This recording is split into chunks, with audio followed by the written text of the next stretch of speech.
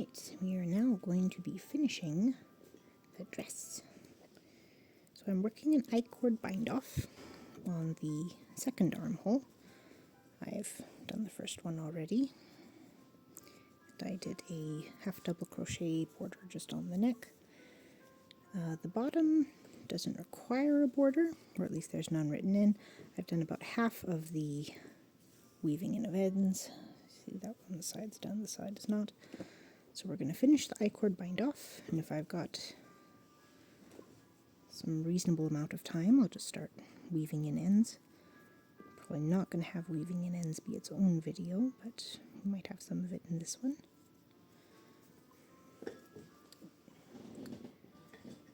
This would look much better if I remember to actually put my spindle back onto the spinner.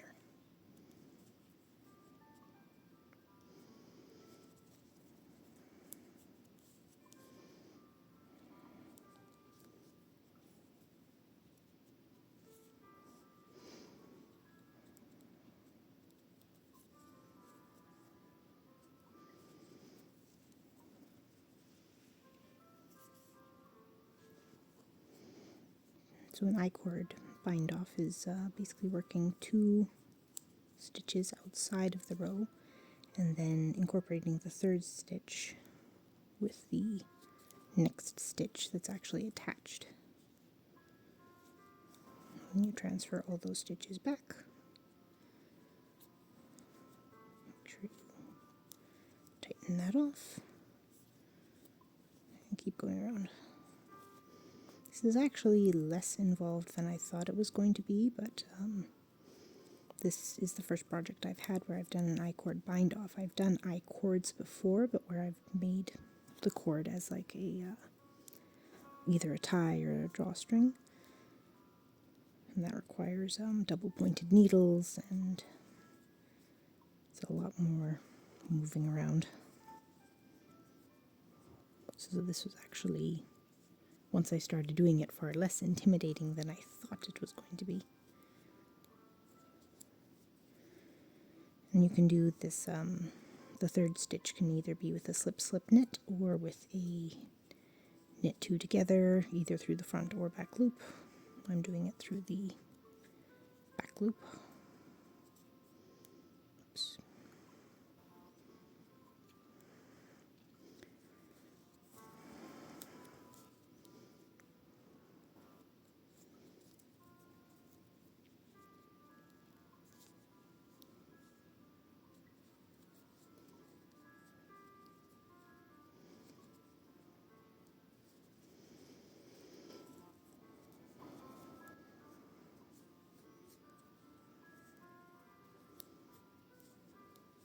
It's actually good timing that I'm finishing this now, because I am going to be seeing the individual who this is intended for in about a week, so good timing to be finishing it up so I can actually deliver it, so it can start being used.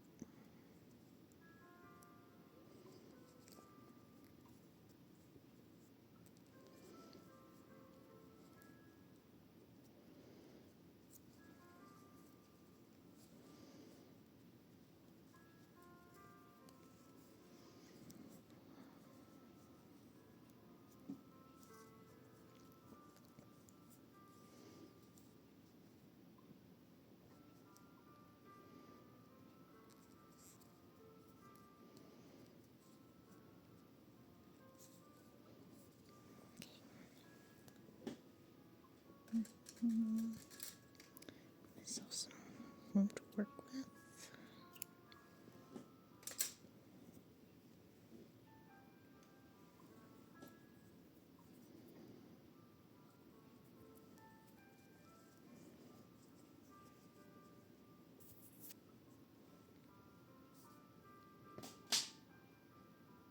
Yes, I will rescue the knitting needle.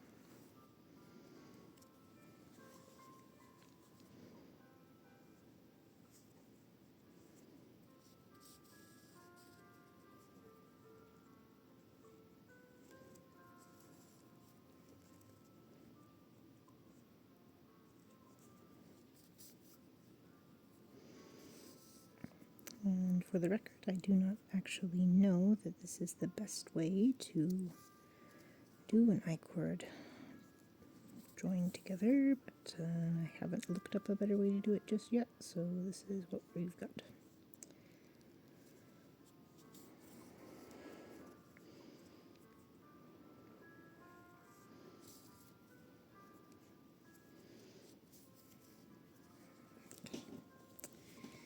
Back round to the back. It's a nice neat edge. Takes a lot more yarn than a standard bind off, but yeah, that I guess comes with the territory, so it's fine. Okay.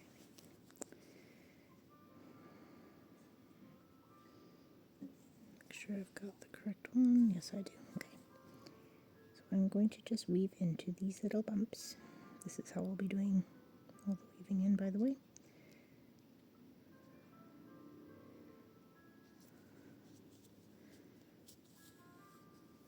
I'll be coming back. Other little bumps like this. Double check I'm not at the front of the work. Well, I'm not.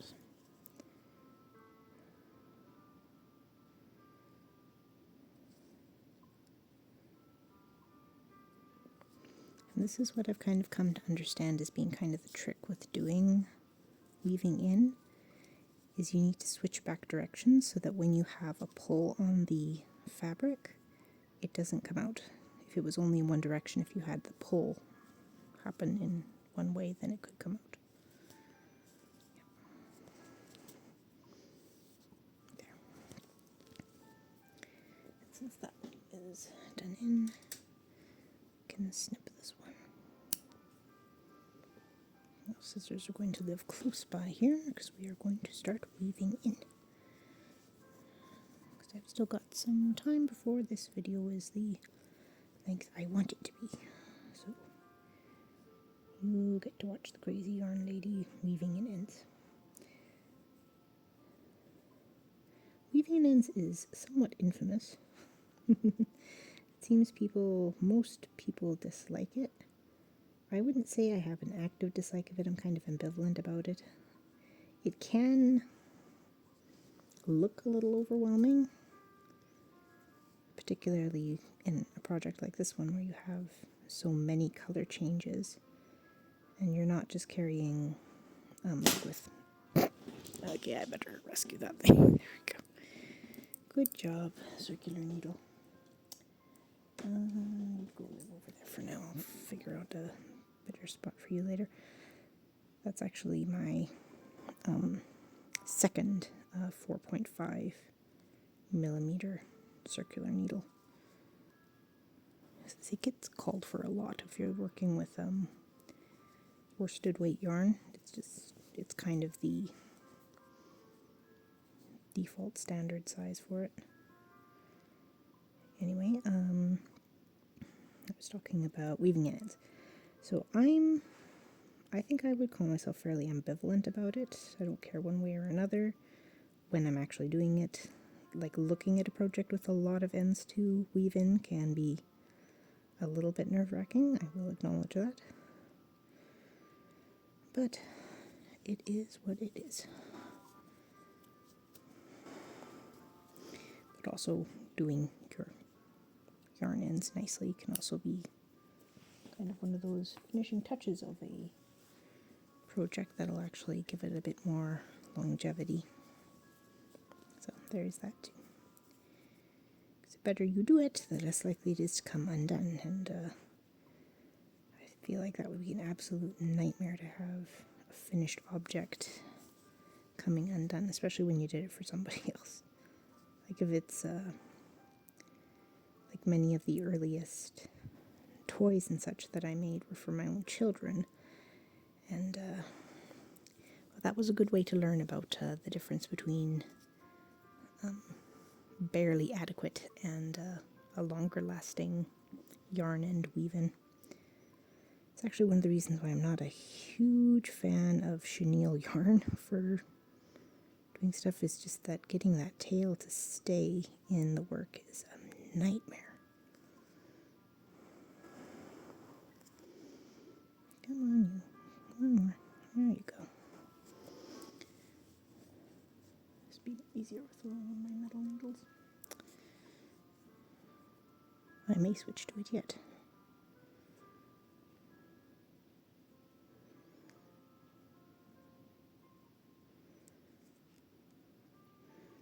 So you note that I'll check the front, and that's because one of these, if you see the bumps, see how there's one and then there's kind of two on the upper parts?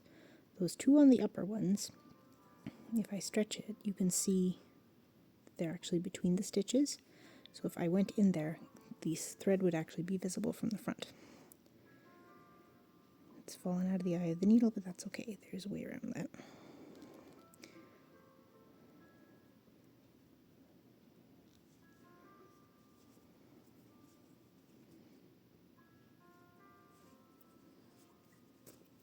Go. Got some little pulls and stretches to make sure that the yarn is secure in place. Snip that off. And continue.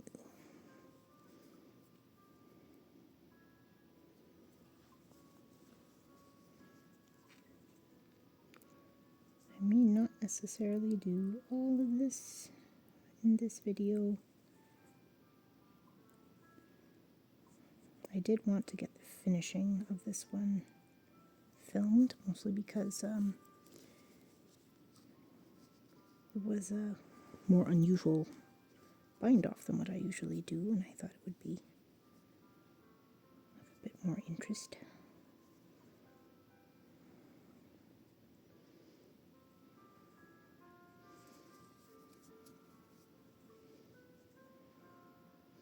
But I don't think that well, maybe you guys will tell me otherwise, but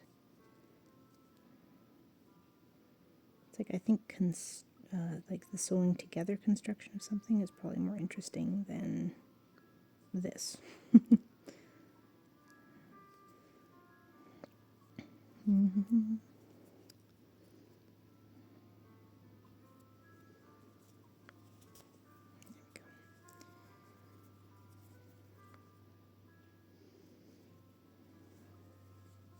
As I said, I already did a bunch of the weaving in ends. I did probably half of the around the skirt area, and I did all of the around the neck.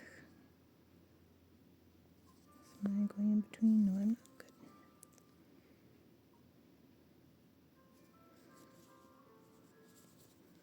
I also don't want there to be too much bulk around the shoulders here either.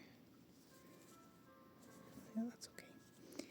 One nice thing about working these yarn tails into their same color is that if you do have a spot where it's technically you have one of these threads peeking out, it's not obvious.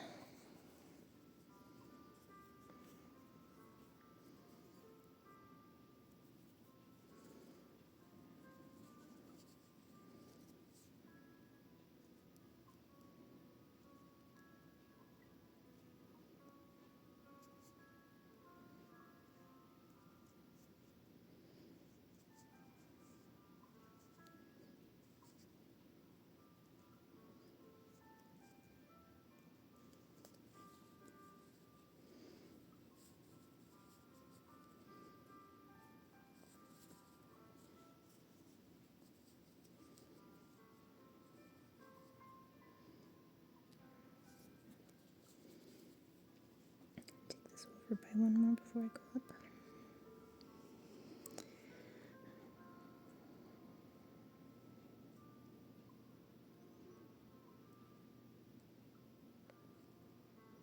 Probably going to switch to one of my middle needles.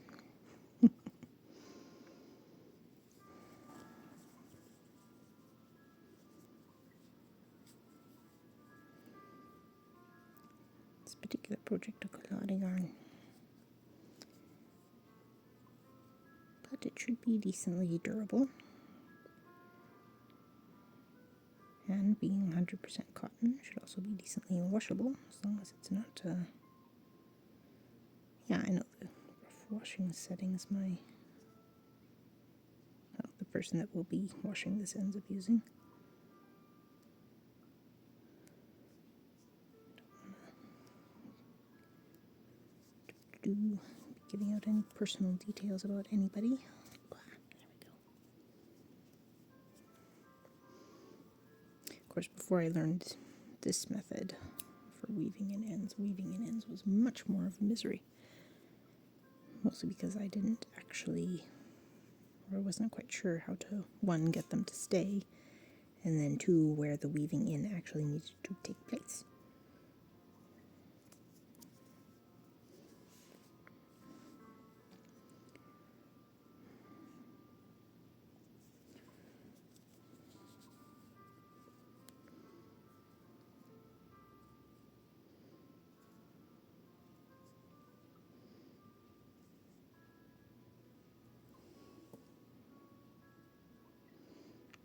Remember to keep myself in frame.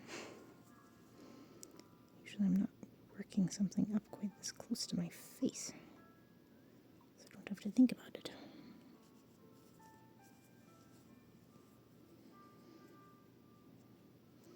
Because you can do this with needle, you can actually weave in relatively short yarn ends. If you're cutting them, though, I would recommend to leave especially if you want to be able to weave it in very effectively, I would recommend leaving a 4 to 6 inch tail instead of a barely 3 inch tail, which is what I've done here. Of course, I am also very prone to playing yarn chicken, so that's this is kind of a kissing cousin of that, I'd say. All right. That is the approximate process of weaving in ends. I'm going to leave that off here, and then I'm going to work on this during my not filming time, just so I can actually get some more stuff filmed. Otherwise, I don't know how much I'm going to have that's not just diamond painting this month.